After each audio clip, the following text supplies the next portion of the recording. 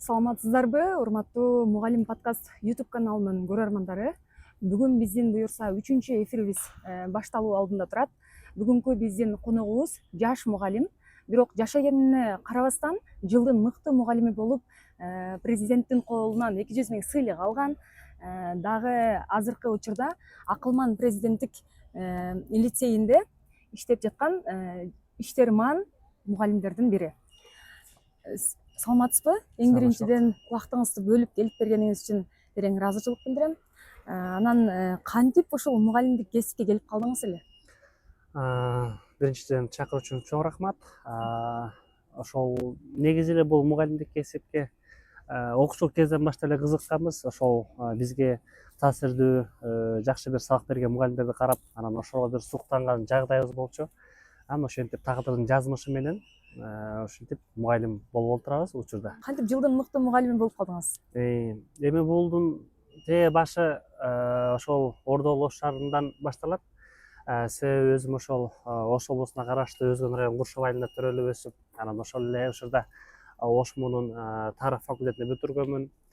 Анан деген ошентип мен бюджеттик негизде бүтүргөнгө байланыштуу 3 жылдык келишимдин негизинде иштешим керек болчу. Анан анда деген ошол Куршапта ошол районго таанымал болгон Таң Катаров атынан интернет гимназияда иштегем. Анан ошол жердеки мен экинчи эле барганда эле дароо айткан, ошол директор ай сени чыгарабыз деп. Анан ал жерде жободо көрсөтүлгөн 3 жылдык эмгек тажрыйбасы болуш керек деп. Анда тажрыйбаңыз сол эле экен агай деп бир аз кое турабыз деп. Мен биринчи эле жылымда ошентип аракет кылып баштаганмын. Анан деги эле бул жылдын мыкты мугалим болуш үчүн айтат элем мен алдыртан ошол жобо менен, анан ошол жылы мыкты мугалим болгондор менен баарлашып, алардан тажрыйбасынан бөлүш керек деп ойлойм да. Мен маселен ошол кеминде мен Кыргызстандан ошол жылдын мыкты мугалим болгон 3 мугалим менен кездешип, алар менен сүйлөшүп, алардын тажрыйбасынан алып көргөнмүн да. Кимдер менен сүйлөштүңүз? Маселен, Илгиз Шамурзаев менен жакындан сүйлөшкөнбүз, Аликова, Элнур Эже менен да жакындан сүйлөшүп, аларда кандай күнгөй тескей жактары бар, кандай машакаттары бар, канткенде жегишти камсыз кылса болот деп көргөнбүз. Алдын ала көргөндү мен жакшы көрөт болчумун да. Анан ошентип олтуруп 3-чү жылга толо электе мен уже катыштым. Анан эң эле башында бул ошо жылдын мыкты мугалим болушка сөзсүз түрдө бул команда керек да. Коллективдин колдоосу, администрациянын колдоосу керек. Жанакы айтып коет эмеспи, бул жалгыз дарак бак болбойт дейт да. Жалгыз мугалим деле күнү түнү аракет кылган менен коллектив колдоосу, администрация түшүнбөй калса, анда дагы жагдай туура келбей калат да. Ошондуктан администрация болсун, коллектив болсун колдоп турса, команда сүрөп турса, анан албетте ички өзүндө дагы дем, шык, жөндөм болуш керек. Анан ошонун негизинде ушундай бир ийгиликтерди багындырат деп ойлоймун. Анан ошентип биз облустан, райондон чыгып, анан Кыргызстандан республикага туура келгенде мен Акылман президенттик лицейге которуп кеттим. Анан ошондо Акылман президенттик лицейден чыктык. Анан ага чейинки бул жеңишти камсыз кылган, албетте бул ошол Таң Катаров гимназиясы Өзгөн районундагы. Ошентип бир адам эки жакка тең бир мындай жеңиштүү болду деп айта алам да. Жылдын мыкты мугалими болгондо канча ачык сабак өтүп бердиңиз? Ачык сабак дегенде негизи эле биз катышып жаткан учурда онлайн форматта болуп жатты көбүнчөсү. Райондук тургада биз онлайн тапшырдык, облустук тургадагы онлайн сабактарды, видео сабактарды тапшырып жаттык. Бирок бир жери бар да, онлайн сабак дегенде мен тамашалап кете айтып калчумун. Жандуу сабак өткөндө бир өтөсүз, анан калыстар тобу ошол моментте гана билет да. Ал эми тартылган сабакты түрдүсө болот, токтотсо болот, кессе болот, кырса болот. Бир чети көрүүчүгө дагы, даярдаган мугалимге дагы кыйын да. Анткени мугалим максималдуу деңгээлде монтаждап даярдаш керек. Анткени каалагандай тескеп теңшерет калыстар тобу. Калыстар тобу дагы тигини теңшергенге жараша ал баягы машакатты талап кылат. Тиги жандуу сабак бир өтөсү дагы бир карайт эле ошого жараша баа берип коюшат экен да. Анан ал болсун, бул болсун, бирок кээде туруп иренжип да кетесиз. Анткени баягы онлайн сабакта болуп жөнөткөндө эми балким ал бир эмес бир нече жолу улам кайра тартып атып жөнөтөт да. Демек анда анын чыныгы нукралык сабак анда кайда кетти деген суроо турат да. Биринчи эле өткөндөгү сабак кандай болду эле? Анан жанагы окшошпой калды деп кайра тартып отуруп жанакы мугалимдик мыкты деңгээли көрүнүшү алдыбы же балким ал жасалмалык менен эле көрсөтүп калды дегендейчи. Ошол жактарда болуп калат экен. Мен эми жалпы жонунан бизде өзүңүз билгендей биринчи мектепте, анан зона, анан район, облус болуп отурду, республикага чейин жетти. Ошондо бир 5тен ашык сабак өттүм го менимче. Оффлайн форматта дагы өттүңүзбү? ооба, оффлайн форматта өзгөчө бул республика турда болду. Мастер классыбыз дагы оффлайн, сабагыбыз дагы оффлайн болду. Мастер класстан дагы маселен буга чейинки калта мен жана айтпадымбы, баштапкылар менен сүйлөшүп, кандай болгон бүт баарын көрүп чыккан элек, сураштырып. Анда деген мастер класста деген кээде туура эмес түшүнүктөр бар да. Мастер класс дегенде көбүнчө бирок тилекке каршы ушул кезинде биз дагы окуучу катары, студент катары дагы катышып көрүп жүргөндө мындай кыргыздын мугалимдери мындай шоу басым жасап калчу да. Сахнага чыгып кантип басат экен, кантип сүйлөйт экен, ырдоо таланты, бийлөө таланты деген сыяктуучу. Нагыз мугалимдин өзүнүн ошол сабак өтүү чеберчилиги канчалык деңгээлде, анын өткөн сабагы окуучуга канчалык деңгээлде жугумдуу болуп жатат, ал пайдалуу, кандай ыкмаларды колдонуп жатат, ал колдонгон ошол ыкмаларды башка коллегалар да колдоно алабы, ага түшөбү деген суроо экинчи орунда калып калган өкүндөр болчу. Мастер класста маселен биз катышкан учурда максаттуу 15-20 окуучу берилген. Ошол 20 окуучуга конкрет бир теманы түшүндүрүш керек. Түшүндүрүп жаткан ошол ыкманын өзү башкаларга да үлгү болуш керек болчу да. Бул демек конкреттүү бир нерсе бар да, мындачы мандем бар. Башта кандай болду? Башта деген шоу болчу да. Бүт баардык көрүүчүлөр турушат, анан ошол көрүүчүлөрдү ынандырып, айкырып, кыйкырып, тим эле баягы сахнанын көркөмүн чыгарам деп ошончо байкуш алган айлыгың 15 миң, 20 миңге жетпеген, анан сахнанын кооздемдери жатып калчу да, көбүчү. Мен көргөм кээ бир мугалимдерди, бир репортер менен барчу, жыл мугалимдечи. Боз үйүн тиккени бүт баарын жүктөп алганын теге эле койчу. Ал жанагы кодом эле бир отчетту концерт берип аткансыпчы.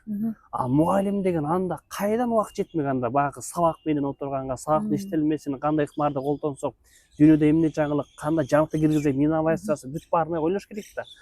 Тияк бойдон отуруп, кээде негизги максаттан алыстап кеттикпи деген дагы ойлор турат болчу да.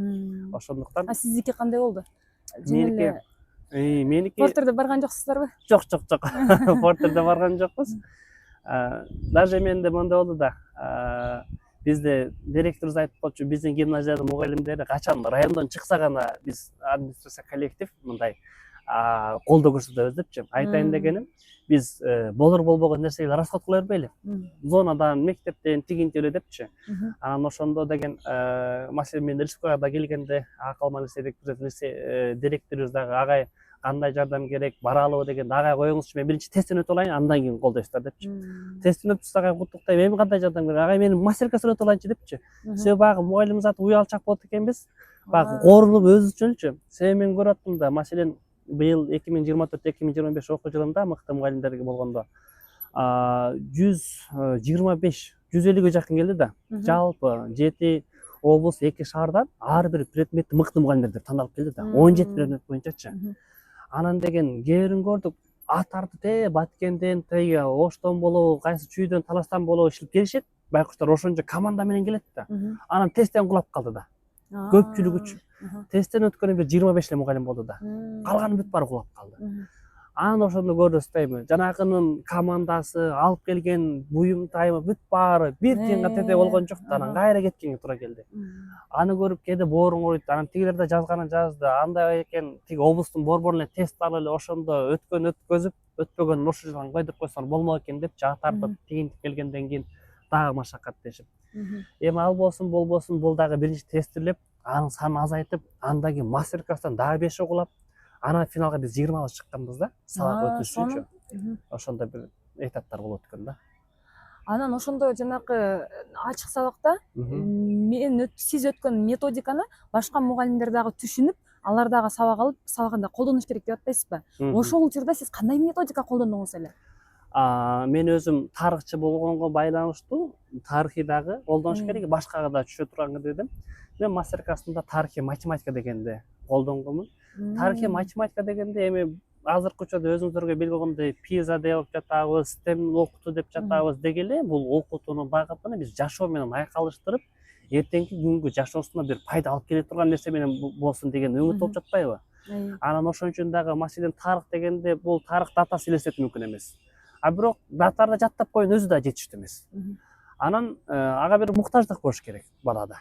Ошондо деген быйыл билесиздер 2024-жыл баштапкы окуу жылындагы өзгөчө. Анан Кара Кыргыз Автономдук облусунун 100 жылдыгы деп Кыргызстан боюнча 100 ишкана ачылып, эми чоң мааракелер өткөзүлдү. Анан ошого карата мен Кыргыз мамлекетинин 100 жылдыгы түзүлүшүнө карата тарыхый математикалык эсеп менен бергем.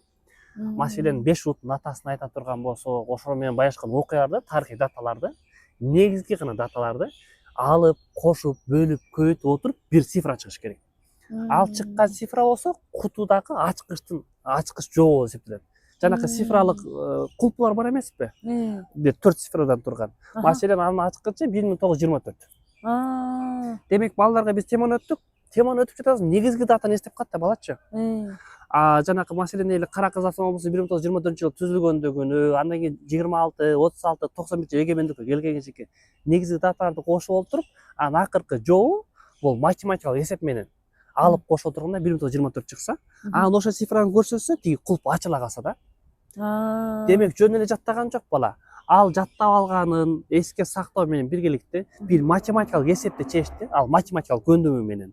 Анан ошол жообуна жараша ошол жакы кулпусуну ачылып кетти да. Демек бир жетишкендикке, бир ийгилигине жете алды.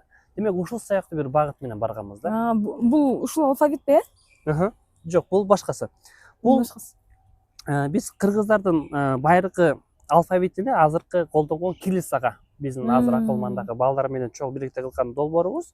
Айтайын дегенибиз, кыргыздарда көбүнчө биз совет тоору гана бизди агартты, көгөрттү, анан кыргыздардын жазуусу такыр болгон эмес деген кээ бир адамдардын да түшүнүктөрү бар.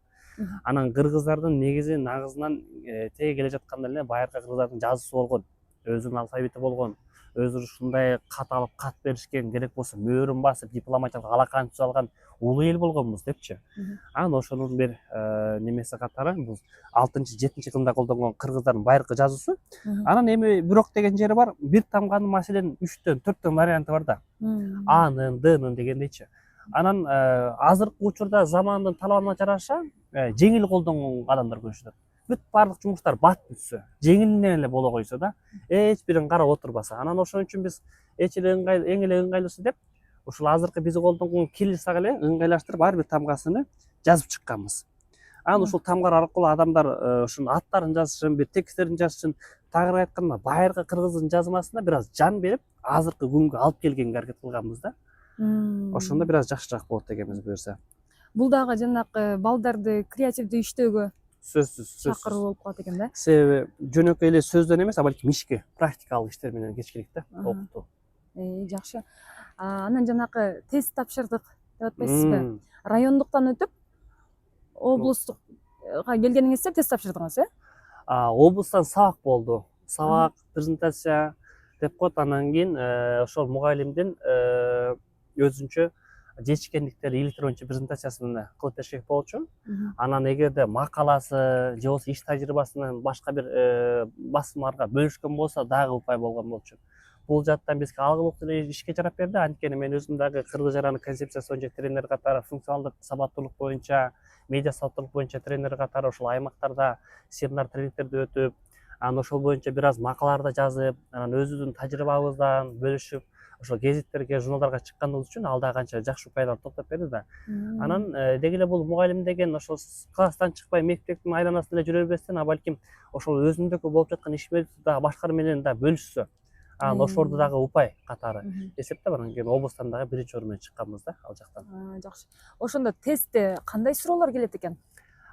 Тест дегенде бул республикалык турда тест болду. Быйыл болсо облустук турда эле тест болуптур. Тестте маселен 40 суроо боло турган болсо, 40 суроонун 20 суроосу бул предметтен болот. Андан кийин 10 суроосу бул ошол методика болот, предметтин методикасынан. Калган 10 суроосу ошол педагогикалык кырдаалдардан кетет да. Анын ичинде албетте мамлекеттик предметтик стандарттар да кетет.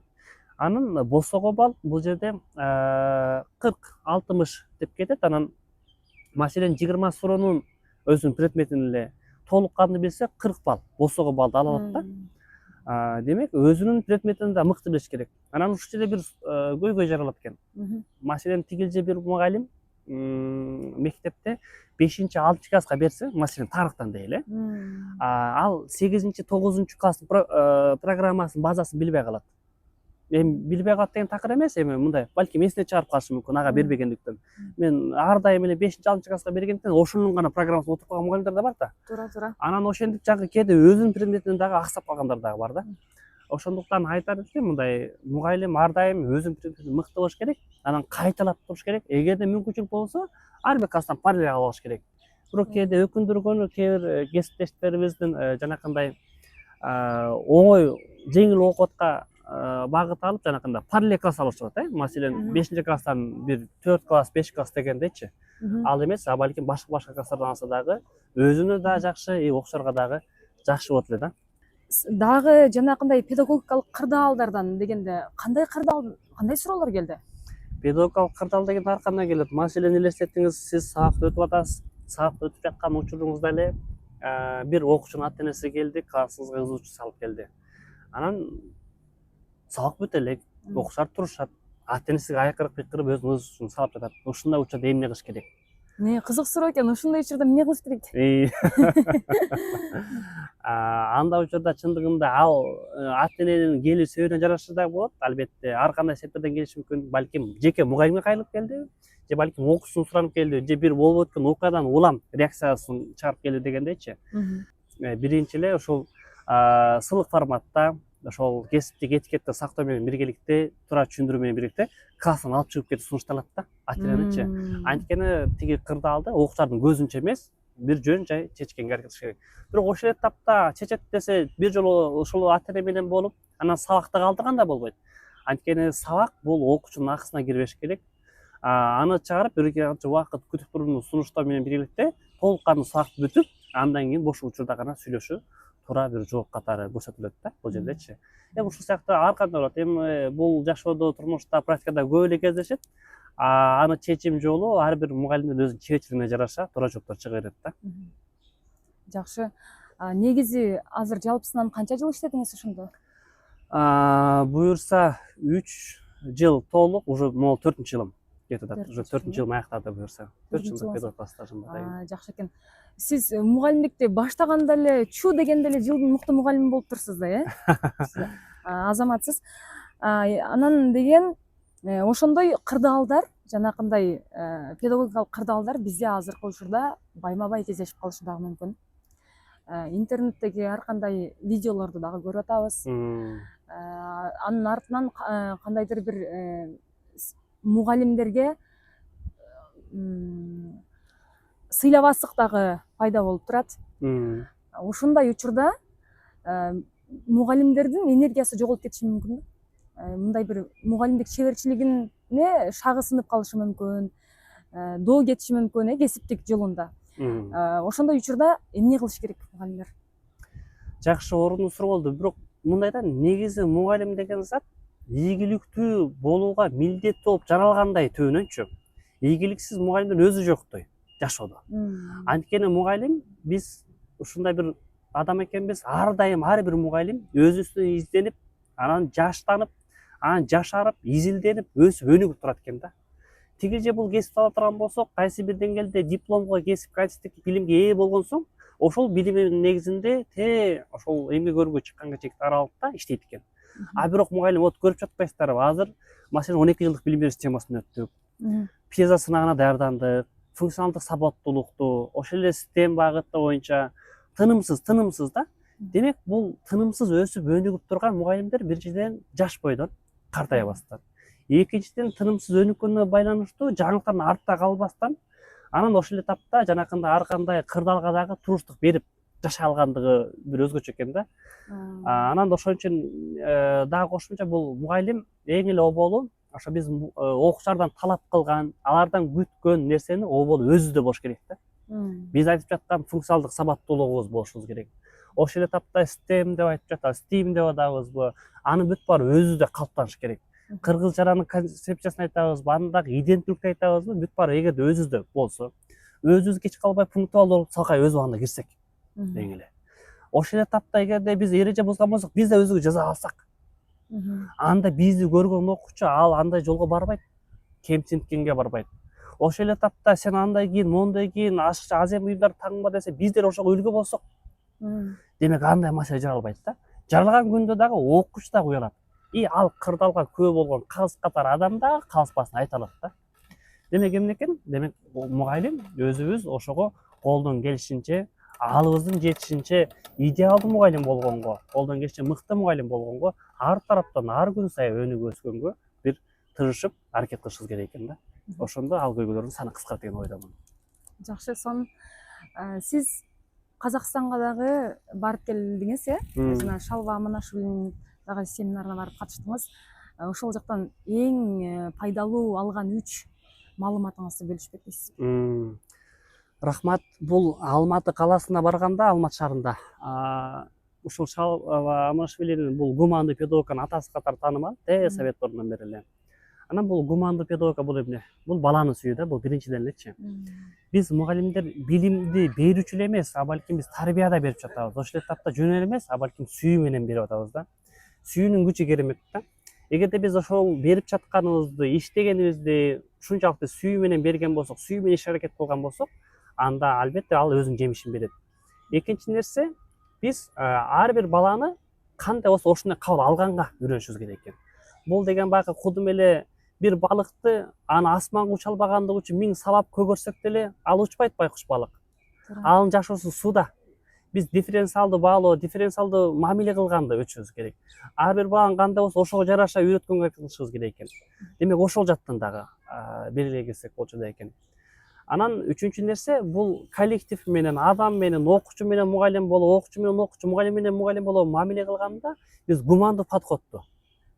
Биз не только окуучу менен, а балким биз коом менен, биз адам баласы социалдык биожандыкпыз да. Ошондуктан биздин курчап турган чөйрөбүздөгү, жашап аткан ааламыздагы кылган мамилебизде дагы гумандуу подход болгон болсо, гумандуу мамилеге өтө алсак, гумандуулукту күтө алсак, анда аалам дагы тынч, анан жашыл, анан жайдырап чыкмак да.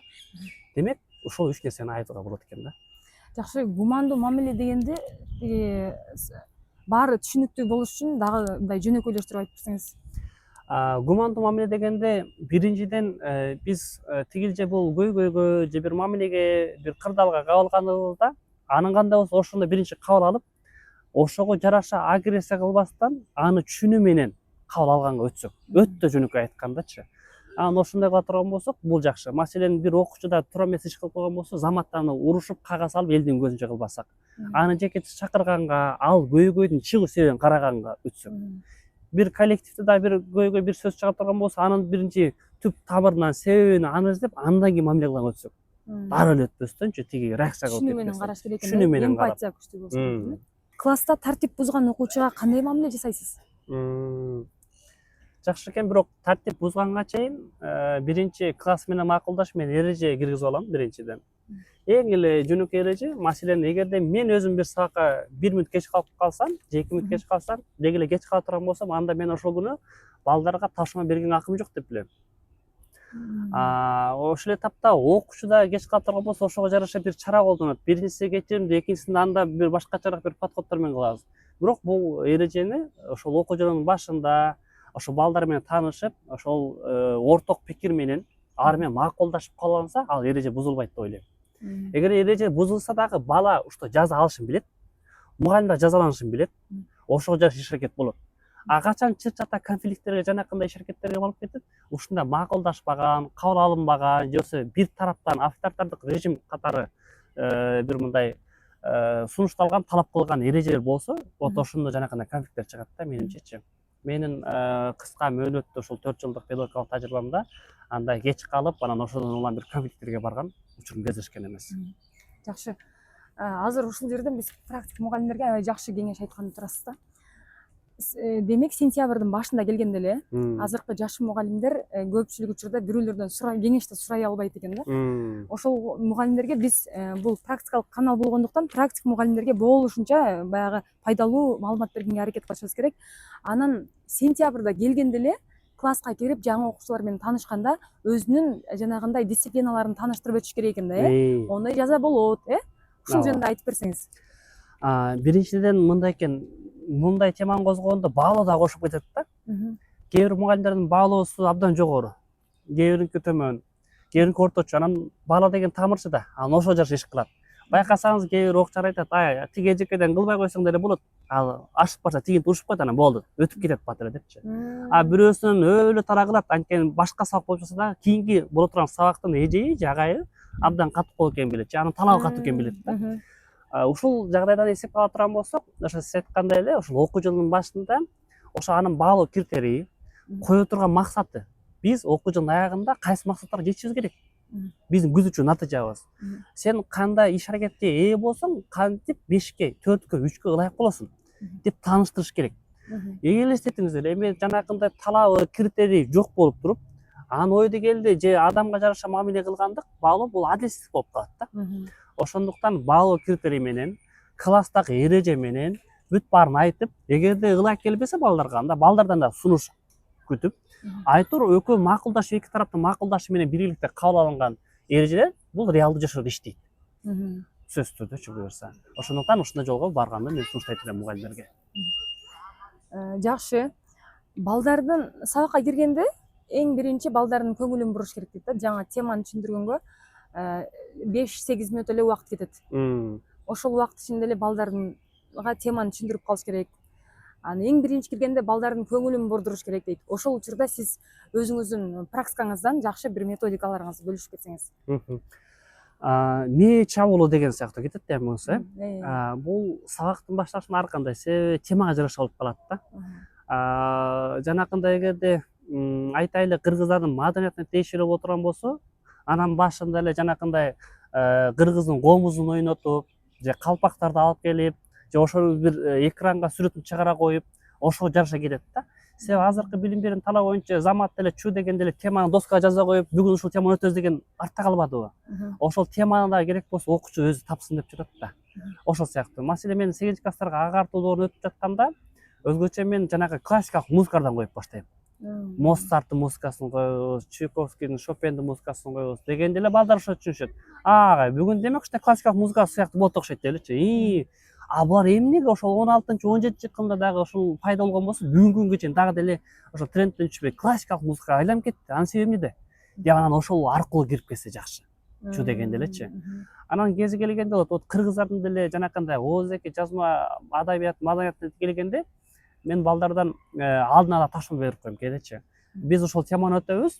Анан 2-3 топко бөлүп туруп, анан кийин ким кандай даяргерчилик көрөт, даярдык көрөт депчи. Дегенде анан балдардан айтыш алып чыккандар да бар керек болсочу. Агай, биз азыр ушул тема боюнча биз айтышты айтып берели депчи. Себеби ар бир сабак кээде мугалимдин эле күткөндө же мугалимдин пландаганда эмес, балким кээде окуучунун да пландаган болуш керек да. Сен окуучуга да бөлүп бериш керек убактычы. Себеби кээде биз күтпөгөн, бизде ойлондурбаган нерсе окуучу да сунушталып калат. Демек окуучуга дагы эркиндиктерди берип коюш керек. Кээде болот ушунчалык багы окуучулар тарабынан сүйүп, жакшы көргөндөн сиз өтө турган темага сиз эмес окуучуңуз даяр болуп калат. Мен маселен 5-класста 5-класстарга сабак өтүп атканда гимназияда, анда деген окуучулар уже мен эшикти ачсам эле, өзү негизи мугалим эрте кириш керек, анан кийин эрте эле кирип бараткан. Анда деген окуучуларым, кыздарым өзгөчө, помадада могул жерине печесине коюп, Индияны өтөт болчу. Монтип туруптур. Демек уже мен эмес окуучуларым даярда да. Ушто Индия темасы өткөнгөчү. Агай, бүгүн Индияны өтөбүз дейт. Ооба, Индияны өтөбүз депчи. Кээде ошол сыяктуу да болуп калат. Демек, мүмкүн болушунча колдон келишинче окуучуга да эркиндик бериш керек, өзү да ошого шарт түзүп бериш керек мугалим дагычы. Себеби мугалимден дагы ар кандай жаңылыктар күтөт да. Себеби бул ар бир сабак, ар бир жаңылыкты күтүүчү нерсе. Ар бир сабак бул ошол мугалим үчүн бул спектакльде башкы ролдо өзү. Сценарист да өзү, башкы ролдо да өзү. Тигилер болгону көрүүчүлөр. Эми элестетиңиз, сахнада өзүңүз башкы ролдо туруп алып, көрүүчүлөр мени көрбөй жатат, алар мени укпай жатат, алар мага кол чапкан жок деген акыл жок да. Анткени ал сахнанын көркүн ача турган биз өзүбүз да. Ошон үчүн өзүбүздүн канчалык деңгээлде жоопкерчиликтүү чоң сахнада, чоң жерде турганыбызды биле алсак, анан ошого жараша иш аракеттер боло берет менимче. Жакшы. Жанакы Индияда өздөрү помаданы коюп келип, демек акылман президенттик лицейинде чындыгында эле чыгармачыл, аябай чындыгында билимдүү балдар окуйт экен да, билимге умтулган балдар окуйт экен, жакшы экен. Сиз окуучуларыңыз менен кандай деңгээлде сырдашасыз? Мен бир кыскача бир видеоңузду көрүп калдымбы же жазганыңызды окудумбу? Ушул бир ыйлап отурган кызды ушундай аягына чейин уктум дегениңизди көрүп дагы өтө камкор мугалим окшойт деп калдым эле да. Ушул боюнча айтып берсеңиз, канчалык деңгээлде негизи мугалимдер сырдашыш керек окуучулар менен? Негизи эле бул адам баласы менен мамиле кылганда ушундай экен. Өтө жакындап кетсең, баягы от менен мамиле кылгандай дейт да. Өтө жакындасаң, күйүп кетиши мүмкүн дейт. Өтө алыстасаң, өчүп каласың дейт да. Кайсы бир деңгээлде чек да болуш керек. Бирок ал кырдаалга жараша да. Анан ал албетте жаш курамына да жараша сөзсүз түрдө кетет. жаш өспүрүм балдарда кандай болот, анан үй бүлөлүк жагдайында дагы болот. Маселе сиз айтып жаткан окуя неме English teacher деп English апаке деген эскерген, ал менен коллегам болчу, баштап иштеп кеткен. Ал окуя ошол кызыбыздын атасы миграцияга, Россияга кетип иштегени, атасы жок, тияга кетип калып, атасын аябай жакшы көрүп, самап, сагынып жүрөт. Анан окуудан алысырап кетти, мен өзүмдүн классымда болчу. Эмне болду десем, бир маалы ыйлап баштайт. Анан кыз бала 5-класс жанакы неме кыла албайсың, айта кой деп, анан кийин бир маалда бир канча чейин ыйлап чышыктап, анан угуп, анан тигинде болду, моундай болду деп, баягы адам баласына кетип угарман керек экен да. Угарман дагы керек экен. Көбүнчө бирок бизде баягы аягына чейин угуп отурбай эле, бүт баары өтүп кетет, кыжат болбо деп эле анын ичиндеги букту чыгарып койгот экенбиз да. Ошон үчүн кээ бир учурда кээ бир окуучуга угарман болуп берүүнүн да өзү чоң нерсе да. Анан угарман болуп, анын кайгы муңун уккан соң, абалын, жагдайын түшүнгөн соң, акырындап ошого жараша жардамды иш аракетти көрөбүз да, мугалимдерчи. Анан жанакы бала тарбиясында айтат да, маселен 1 жаштан 6 жашка чейин падышадай кара дейт. Ошондой эркиндикти берип, балага бул жашоо менен таанышканга, жанакы япондордун Масура Ибуканын китебинде да 3 жаштан кийин кеч деген китеп бар эмеспи? Бул жашоону, дүйнө менен таанышуу процессинде балада укмуштуудай чоң мүмкүнчүлүк ачылган кез экен да.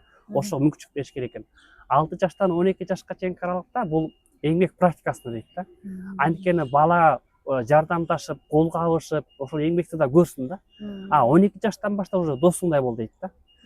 Ошого жараша эле балдар деле ошондой, кыздар деле да. Ошол 12 жаштан жогорку балдар менен сүйлөшкөндө аны менен дос катары. Даже биз ошол иштеп атканда деле ошол окуучулар менен эгерде жогорку класс болсо, урматтуу достор деп баштайсыз да. Андан төмөнкү болсо анда балдар дейсиз. Эми элестетиңиз, 10-класска, 9-класска келип туруп балдар десеңиз, ага башкача көрөт. Анан окуучулардын мага кээде сырдашып айтып калат отуруп, агай дейт, эң жан көргөн сөзүбүз, улуу мундакы мугалимдер кээде биздин доордо моундай болчу деп салыштырган аябай жакпайт агай дейтчи. Себеби биздин доордо тигиндей болчу, азыр деген жаштар мындай, тигиндей, андай деп салыштырды. Деги эле ал эмес, жашоодо адам баласын салыштырган жакпайт. Баягы бизде да үй бүлөдө бар эмеспи? Тигинин баласы жакшы, сен жүрөсүң дагы деле депчи. Адамды адамга эмес, адам өзүн өзүнө салыштырыш керек. Кантип? Мен былтыркы 1 жыл баштап азырет кандай эле, 1 жылдан кийин азырет кандай болуп калдым. Өзүңдө прогресспи же регресспи деп өзүңгө өзүң анализ берсең жакшыраак дейт да. Биз ошол ыкма койушубуз керек да. Башка бирөө менен эмес да. Ошол сыяктуу эле адам менен окуучу менен мамиле кылганда, анан мүмкүн болушунча колдон келишинче бүт баарынын абалына карап, анан ошого жараша болуш керек. Кээде болот, кээ бир класстарда ата энеси, апасы жок балдарга анан өзүнчө бир таасирдүү бир баянды окуяны айтып бере калайын деп, кээ бир тигил же бул окуучунун көңүлүнө тийип алган учурлар болуп калат да. Демек мен айтат элем, мен ошондой бир учурга кабылып, анан ошодон кийин мен кайсы класска салып берсем, өзүмдүн классым болбосо дагы, ошонун класс жетекчисине барып, классыңызда мындай толук эле үй бүлөлүүлөрбү, ата энеси толук барбы же жокпу, жок болсо кимде жок деп тактап алганга чейин барабыз да. Анткени ошого жараша дагы кээде тарыхый окуя болобу же бир нерсе болобу айта турган болсок, этияттап аракет кылыш керек. Себеби балага оор тийбеш керек. Анан ошого жараша аракет кылсак, анда кыйла жакшы балдар менен да тил табыша алабыз деп ойлойм да. Жакшы экен, бул дагы мугалимдин кесипкөйлүгүнөн кабар берет экен, Башка мугалимдерге дагы, сиздерге дагы пайдалуу маалымат экен. Биз кайсы гана класска сабак бербейли, ошол класстын үй бүлөлүк абалын билип алсак, бул дагы мамилеге жакшы туура көрсөткүч экен, Балдар сизге эмне үйрөттү? Балдар мага биринчиден эч нерседен коркпой, эксперимент кылып көргөндү үйрөттү. Мен жетекчим да ошондой болчу, анан кылып көрбөйлү агай, барып көрбөйлү, жасап көрбөйлү дейт. Бирок кээде ойлонуп туруп калам, ушул мугалим заты мындай жаш өтүп, тажрыйбалуу болуп баштаганда, наоборот биз коркок болуп баштайт экенбиз. Ач кулактан тынч кулак кой, жөн эле отурайынчы, могу сабагымды өтөйүнчү, тигим эле кылып коеюнчу, койчу, башымды оорутпачы дешет да кээ бирлерчи. Ал жанакы убакыттар өтүшү менен ошондой болуп калат экен. Эми мугалим эмес, кээде ойлойм, балким адамдардын эле ошондой болушу мүмкүн. Окуучулар деген жалондуу, жандуу, бүт баарын кылгысы келет, жасагысы келет да, чыгып көргүсү келет, эч ким кылбаганды кылып көргүсү келет да. Ошол сыяктуу, эгерде чыныгы креативдүү, чыныгы бир мугалим болом десе, анда албетте мен сөз чыгарат элем, ал эч нерседен коркпой эксперимент жасап көрүш керек. Маселен, тарых сабагы STEM предметтерине кирбейт. Бизде да кээде турамыз түшүнүшөт да, STEM предмети десе эле жанакы ошол science, илим сабактары, ошол эле математиканын, ошол эле жанагы физиканы, химиянын, биологияны да бөлүп коюшат дагы аталган сабактардан тышкаркысыны системден куржалак калгандай кылып коюшат да. Бул систем деген өзү эмне? Бул жашоо менен айкалыштыруу, жашоого багытталуу. Ал деген ар бир сабакка түшөт керек болсочу. Маселен биз чүйдөгү бурананы же өзгөндөгү мунараны ала турган болсок дагы анын ошо курулушу, архитектурасы канчалык деңгээлде.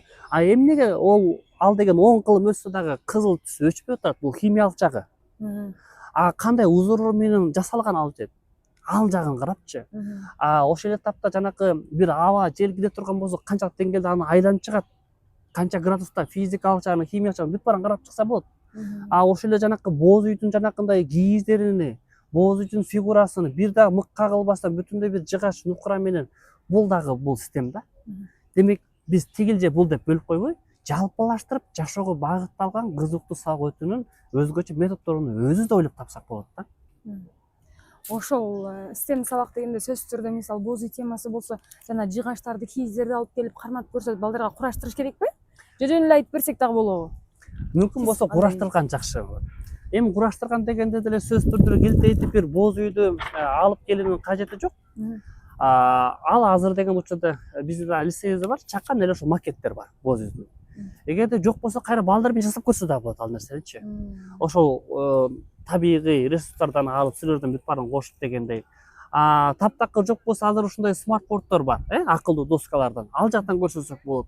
Мүмкүн болушунча азыркы балдарга карматып, көрсөтүп, үйрөтүп, өзүн катыштырса, анан жакшыраак эсине калат да. Маселен бизде деген лицейибиз акылман лицейде мурас деген сабагыбыз бар. Жакында эле биз балдарга кой сойгонду уже союп, уже көрсөтүп, анын терисин жырытканды кантип жырытат, кантип жиликтейт, кайсы жилик кайсыга тартылат деп бүт баарын көрсө, баланын эсине жакшыраак калат да. Жакшы. Өзүңүздү өнүктүрүү үчүн кайсы курстар же методдор жардам берди? Курстарга бат-баттан окуп турасызбы?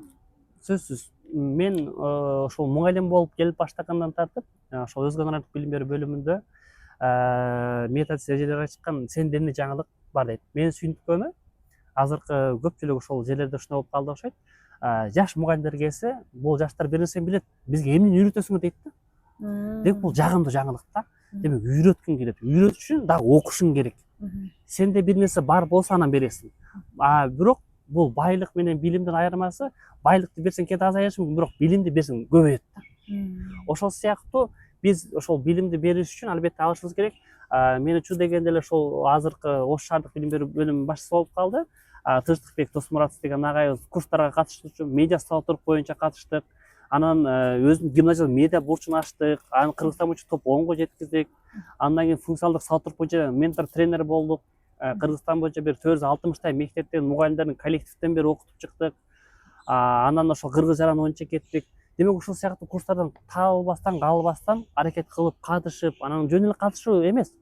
Баягы сертификат алыш үчүн эмес да, нукура нагыз билим үчүн. Алгандан кийин сөзсүз түрдө бөлүшүү үчүн.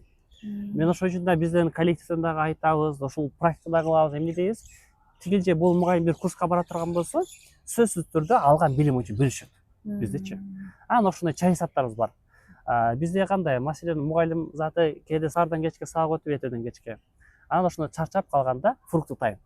Мөмө жемиштер менен отуруп, кимде жаңылык болсо, ким кай жакка барып келсе, же өзү колдонгон методдорду бир 15 мүнөт, 20 мүнөттө бөлүшүп коюшат. Мен сабагында мондай ыкманы колдондум депчи. Бул жума сайын уланып турат. Демек, мугалим кийинки жума менин кезегим келип калды. Мен эмне жаңылык көрсөтө аламын өзүмдүн коллегаларыма депчи.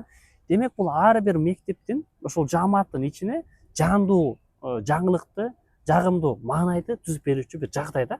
Ушундай бир нерсе өткөзүп алса абдан жакшы болот. Бизде ошондой нерсе жолго коюлган да. Аябай жакшы экен. Азыркы жаш мугалимдерге кеңешиңиз? Акыркы суроо болсун. Азыркы жаш мугалимдерге кеңеш дегенде, биринчи эле бизде мыкты мугалим болуш үчүн 3 нерсе керек экен да. Билим, жөндөм, мына мүнөз. Биринчи билим, кесиптик жактан биз өтө мыкты билим багажыбыз толо болуш керек. Ошондуктан кайсы гана кесиптин, кайсы гана предметтин мугалим болбой эле, ошол предмет боюнча түп табырына чейин билген, дасыккан адис катары. Экинчиси бизде жөндөм, навык. кандай жөндөмдөр бизде жумшак жөндөмдөр деп жатабыз навыктар. Анан бул адам менен мамиле курганга, коллектив менен иштешип кеткенге, окуучунун көйгөйүн эмпатия менен сезгенге, ошого жараша окуучунун пайдасына чечим бергенге деген сыяктуучу. Анан мүнөзүбүз жанакындай сабырдуу, сылык деген сыяктуу. Ушул 3 багыттуу иш аракетти эгерде биз мыкты көрө алган болсок, кайда гана иштесек дагы, ким менен иштесек дагы, ал жерде жакшысы, мыктысы болуп кете алабыз деп ойлойм. Демек, ошол багыттар боюнча иш алып барыш керек. Анан сөзсүз түрдө ар дайым мугалим заты изденип, өнүгүүгө карай багыт алса деп ойлойм да. Жакшы. Жанакы жумшак көндүмдөр деп айтып калдыңыз. Ошол боюнча дагы айтып кетпейсизби? Жумшак көндүмдөр дегенде кандай? Бул деген деги эле бул жашоодо абдан керек экен да. Менин сен Кембриджден бүтүп келсең дагы, кызыл дипломдоруң бир эмес, бир нече болсо дагы, адам менен келише албай, адамды түшүнө албай, ал жерде иштеше албасаң, андай бир тыйын да. Демек, биз адамдар менен иштеше билгенди, ошол жагдайды туура түшүнүп, ошого жараша иш аракет кылып кеткенди түшүнүшүбүз керек экен. Бул жерде тиги же бул жумушка котолсак, бат адаптация болгондо коллективге. Окуучу менен иштешкенде аны менен айлап, жылдап жүрбөстөн, а балким бат эле тил табышып кеткенди, алар мененчи. Ушул сыяктуу көндүмдөр. Же болбосо окуучулар менен биз тиги же бул конкурска калып калсак дагы, ошол конкурста дагы окуучуларды чыгарып, бул мыкты мугалим деген ким? Мыкты мугалим бир отличник деле дагы отличник кылган эмес, а балким көмөскөдө жаткан, көрөңгөсүндө бар, бир нерсеси жокту, ошону кайра чыгара алган мугалим, мыкты мугалим да. Демек аны ийгиликке жеткизе алса ошол мугалим. Ошол сыяктуу ошону ача алган, баамдай алган, чыгара алган, албетте ошондой мүнөздөр, жөндөмдөр сөзсүз түрдө мугалим затына абдан керек деп ойлойбуз да. Демек, жумшак көндүм деген жумшак адамдарга жумшак мамиле кылуу жөндөм экен да, Өтө жөнөкөй тил менен айтсак дагы болот. Эми аны илийлештирбейчи. Ошо өтө жөнөкөй менен айтып берсеңиз да. Ооба, ошондой эле экен, жалпы жолунанчы. Бул ошондой мамиле кылуу билүүнүн, тил табыша билүүнүн жолу деп койсок болот, өтө эле жөнөкөй айткандачы. Окуучуларга дагы ошондой колдонушубуз керек. Окуучуларга дагы, коомдук адамдарга, коллективге делечи, ошондой кылсак. Анан оюн технологиясы деген сабакка, ар бир сабакка оюн кошуп турбасак дагы сабактар кызыксыз болуп кетет го. Ошол оюн технологиясында кандай оюндарды сиз колдоносуз? Көп колдоносуз? Оюн дегенде мен көбүнчө колдонгонум жүргөмүштүн желесин да колдоном. Жүргөмүштүн желеси. Аны кантип колдоносуз? Ручка чийип көрсөтүп бере аласызбы? Жок, мондай айтсак да түшүнүктүү болсо керек. Ага болгону өтө жөнөкөй эле. Маселе мындай да, тиги же бул оюнда колдонгондо деги эле ушул мугалимге көргөзмө куралдарды жасаганда абдан кыйын го, негизи аны алыш керек, моуну алыш керек, кээде таппай калат, анан кээде ойдогудай болбой калат. Баары бар, бирок бирси жетпей калат кээдечи. Ошон үчүн мүмкүн болсунча жөнөкөй, бирок эффективдүү жакшыраак болуш керек да. Бул маселени жүргөмүштүн желесине ачып барса бир лента кетет. Лентаны таппаса жип деле боло берет да. Ал эми эмне кылыш керек? Бул лентаны алып туруп, ошол тигил же бул сабакты өтүп бүткөн соң, жыйынтыктоо максатында, бышыктоо максатында, анын окшардын колдоруна мондой сөмөйүнө ороп кетебиз. Ким жооп берсе. Маселени айтайлы, биз кыргыздардын чарбаш тарыхын же байыркы кыргыздардын ата журту деген теманы өтүп турган болсок, аны сизге бердим дагы, сиз айттыңыз кыргыздардын ата журту бул НСК 5-жылында барыптыр. Десе азаматсыз деп колуңузга сөмөйүңүзгө ороп кетебиз. Дагы башка бирөөгө барабыз. Ал башка бирөө жооп бере албай калды, анда ал желеге кирбей калды. Сабактын аягына чейин ошол бат-баттан барыш керек. Себеби бул жерде бышыктоого убакыт да тыгыз, аз убакытта, бирок бүт баарына сураш керек. Анан ар бир окуучуда туруш керек да, ушта азыр менден сурайт дегенчи. Себеби жанакы журнал боюнча сураганда башынан сурап аягына жетпей калды, же төмөндөн сураса башы калып калды, ортосунан сураса мен тиякта калып калдым деген сыяктуу окуучу менден өтүп кетет эмес, а балким азыр мага келип калат деген сезимде турса, анда окуучу ар дайым даяр турат да сабаккачы, жооп бергенге даярдыкта турганга. Ошол сыяктуу жүргөмүштүн желесин ар кайсы жерге барабыз. Ар кайсы окуучуга күтүлбөгөн жерден. Окуучулар моундай түз отурса, мурдагыдай эле салттуу методикада түз отура турган болсо, анда кандай болуп калат? Же тегеренип туруш керек? Негизи тегеренип турса жакшы. Анткени мындай да, окуучу 45 мүнөт стол партада отура бербеш керек.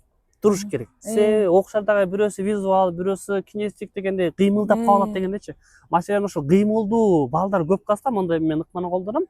Ошол тема боюнча тексттерди кичинекей баракка кыркып алам.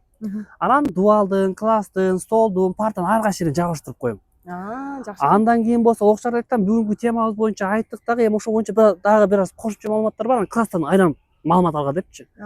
Балдар аябай жагат да, тиги бурчуна барат, партанын астын карайт, тиги капталын карайт, басып окушакты, анан кирет кеберинечи. Эгер кинчика окушар көбүрөөк болсо.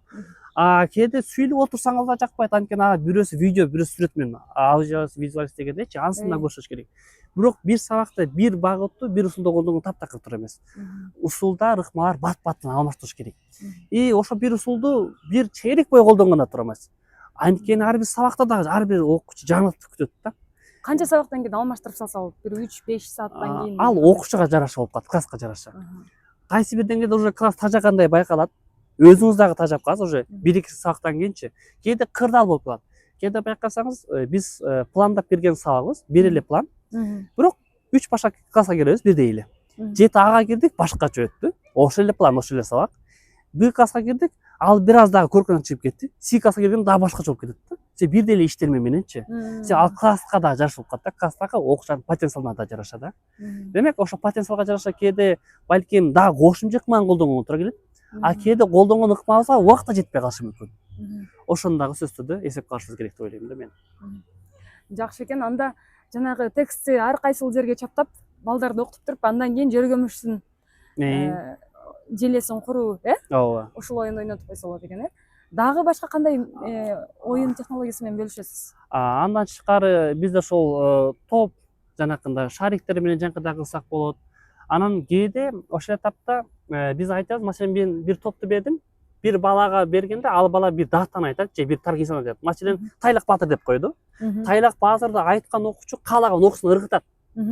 Кайсы окуучу күтүп алышын билбейт. Балким Айнура деп коюшу мүмкүн, Айбек деп коюшу мүмкүн. Ал күтүп алган бала ошол боюнча маалымат айтыш керек. Демек бул окуучулар бири-бирине ошондой суроо берсе. Анан кээде мен анан дагы бир нерсени бөлүшкү элем, сөзсүз түрдө мен ар бир чейрек сайын, анан ар бир окуу жылынын аягында ар бир сабак берген классымдан опрос алып турам. Кагазды анонимдүү дейм. Биринчиден мага карата сунушуңуздар болсо. Балким сабакта методикасын өзгөртөбүзбү, балким кыскартабызбы, кандай сунушуңуздар бар? Сен окуучунун суроо талабына жарашачы. Фамилия аты жазылбайт. Жазылбайт. Анан балким калуу тилегиңиздер барбы, арызыңыздар бар, жазып коюңуздар. Эгерде жеке кайрылышым керек болсо, анан атыңызды жазып коюңуздар, сураныч дейм. Сен балким мен сиздерди таппай калышым мүмкүн депчи. Анан ошондой кээде суранычы, суроосу, кайрылышы болсо, жеке атын жазгандар дагы бар. Агай, мен сабактан кийин могу жерде боломун, ушундай мен түшүнгөн жокмун, или мондой бир суроом бар мен сизге депчи. Анан ошол ар бир чейрек сайын алып турган сайын ушул өзгөрөт.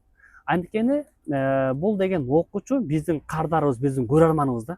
Биз көрөрман көрө ала турган, ал ошол күткөн нерсени бере алып жатабызбы, же башка нерсени биз таңуулап атабызбы? Окуучуларгачы. Алардын дагы сунуш пикири, ою менен дагы сөзсүз түрдө эсептешкенге бизге туура келет да. Демек ошол сыяктуу алып турсак, балдардан ар кандай келет. Ооба, кээде калуу тилек айткандары бар. Анан кээде ашыкчы эле мондо болуп жатат, ага тигине чечип чыгарсак болобу дегендер бар. Кээде жөн эле мага 5 коюп койсузбу дегендер дагы кездешет, эми чыкпай койбойт. Бирок көпчүлүк пайызы бул жандуу, реалдуу сунуштар келет да. Анан ошону окуган соң, анан ошого жараша биз кийинки окуу жылына же кийинки чейрекке башкача методдор менен, башкача бир жолдор менен барабыз да. Ошондой учурда мындай терс пикирин билдирген учурлар дагы болдубу? Ооба, болуп калат. Агай, биз тарыхта деген аябай эле көп дата, биз анчанан эмне кылышыбыз керек жаттап дегендер дагы келген. Бул бизге керек эмес деп, Бул бизге керек эмес го, кайдан эле жанкыдай кылабыз деген сөзсүз түрдө болот. Эми 5 кол тең эмес. Анан кээде анын атын таппай калабыз, бирок ошол класстан этияттап, анан ошол жумшартып айтабыз. Балдар, биз баардык дата мешибиз керек эмес. Биз негизги датаны, анан кийин биз аны жаттап эле коюшубуз керек эмес. Ал биз учурдагы жашоого, турмушка байланыштырып, андан сабак алышыбыз керек депчи. Ошентип, ал окуучунун атын таппасак дагы ошондой форматта жумшак бир көндүмдөр менен ошону чыгып аракет кылабыз да, түшүндүргөнгөчү. Жокун дагы кесипкөйлүк керек экен, Бир сабакка даярданууга канча убакыт коротосуз? Бир сабакка даярданыш үчүн кеминде 1-2 саат керек, менимчечи. Азыр мен иштеген акылман билсеңизде, азыр бизде негизги сабак бул бүт баарыбыздын ишибиз сабак болгондуктан сабак абдан жакшы даярданабыз. Себеби бизде мындай атайын айтып келбейт, коноктор, комиссия дегендейчи. Капталдан келиши мүмкүн, КТРКдан келиши мүмкүн, башка жогорку немеден, ал жактан бул жактан келип калышы мүмкүн. Ошого ар дайым даярдыш керек. Бирок анан бирөө келет деп көркөмдөп сабакка даярдануу кереги жок. негизи нагыз кандай өтүш керек болсо ошону өтүш керек. Ар бир мугалимдин ар бир өткөн сабак ачык саатта өтүш керек. Ал тигил же бугун келишине таасир этпеш керек деп ойлоймун. Анан окуучу чочуп кетпеш керек да. А чота бүгүн эмнеге башкача болуп жатат өзүнчө эле. Эжебиздин агайыбыздын жасаган мамилеси сылык, өзүнчө оюн зооктор менен, шоо менен го деп чочубаш керек бала. Балага биз сабак бергенде ал кадимки көрүнүш болуш керек. Бирок кадимки көрүнүш биздин ар дайымкы даярданган сабак болуш керек да менимче. Ошол жакшы. Чоң рахмат. Дагы бир жолу ыраазычылык билдирем. Ушундай убактыңызды бөлүп, тиги Акылман президенттик лицейинен бери келип бергениңизге рахмат. Бул эфир практик мугалимдерге дагы чындыгында пайдалуу болду деп ишенем. Сиздин айта турган, бере турган нерсеңиз жаш экендигиңизге карабай көп экендиги мени аябай суктандырды мугалим катары. Ийгилик болсун.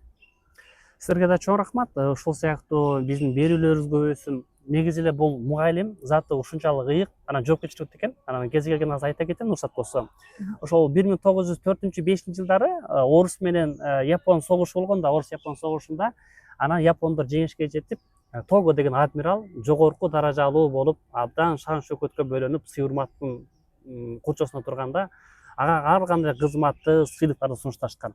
Ошондо адмирал Того ушунчалык мени сыйлаганга келип жаткан болсо, айылдын бет четиндеги бир мектептен мага бир мугалим болгон кызматты бериңиздер деп суранат экен да. Эми караңызчы, ошончолук ата мекенди коргоп, жогорку даражага наамга татыктуу болуп турган адам мектептеги бир мугалим болууну артык көрдү баарынанчы. Демек, эмнеге? Анткени мугалим заты биз эртеңки муунду келечекке ошол өлкөбүзгө керектүү адамдарды калыптандыруучу бир чоң өнөр канабыз да.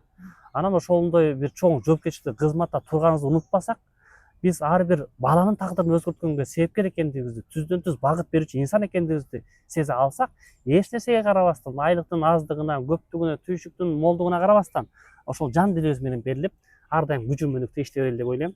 Кыргызстандагы ар бир мугалим дал ушундай мекенчилдик сезим менен жоопкерчиликти сезип, катуу аракетти кылып иштейт деп ойлойбуз. Жана ошого аракет кылабыз деп дагы бир жолу ишендирип айта кете алам да буюрсачы. Ушуну менен биздин Мугалим подкаст YouTube каналынын 3-берүүсү аягына чыкты. Кийинки эфирден көрүшкөнчө саламатта калыңыздар.